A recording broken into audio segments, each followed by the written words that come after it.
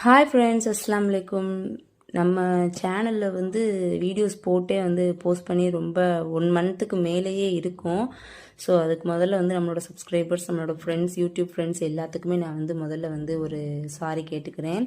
So நம்ம இவ்வளோ நாளாக வந்து ஒரு சின்ன ஒரு சுச்சுவேஷன் சூழ்நிலையால் நம்மளால் வந்து வீடியோஸ் வந்து போஸ்ட் பண்ண முடியாமல் இருந்துச்சு.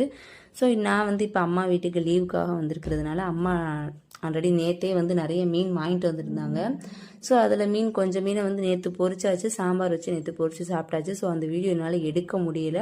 ஸோ டயர்டாக இருந்ததுனால ரொம்ப அந்த நாள் வீடியோ எடுக்க முடியல. ஸோ இன்றைக்கி வந்து வெலை மீன் இருந்துச்சு, நல்ல பெரிய துண்டாகவும் இருந்துச்சு, தலையும் இருந்துச்சு.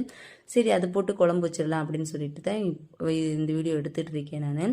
ஸோ எனக்கு வந்து கத்திரிக்காய் முருங்கைக்காய் போட்டு புளிக்குழம்போ மீன் குழம்பு வச்சா எனக்கு ரொம்ப பிடிக்கும். அதே மாதிரி மீன் குழம்புல வந்து தேங்காய் பால் அரைச்சி ஊற்றினாலோ தேங்காய் அரைச்சி ஊற்றினாலோ எனக்கு வந்து பிடிக்காது. ஸோ உங்களுக்கு எந்த மாதிரியான மீன் குழம்பு வச்சு சாப்பிட்டா பிடிக்கும் அப்படின்னு சொல்லிட்டு கீழே எனக்கு வந்து கமெண்ட் செக்ஷனில் கமெண்ட் பண்ணுங்கள்.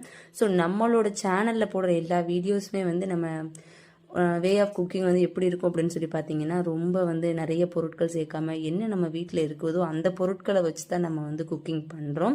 ஸோ இது வந்து ரொம்ப வெரி சிம்பிளாகவும் இருக்கும், நம்ம வந்து டக்குன்னு ஒரு குயிக்காக செய்கிற அளவுக்கு இருக்கும். ஸோ நம்மளுடைய லஞ்ச் வந்து இதுதான்.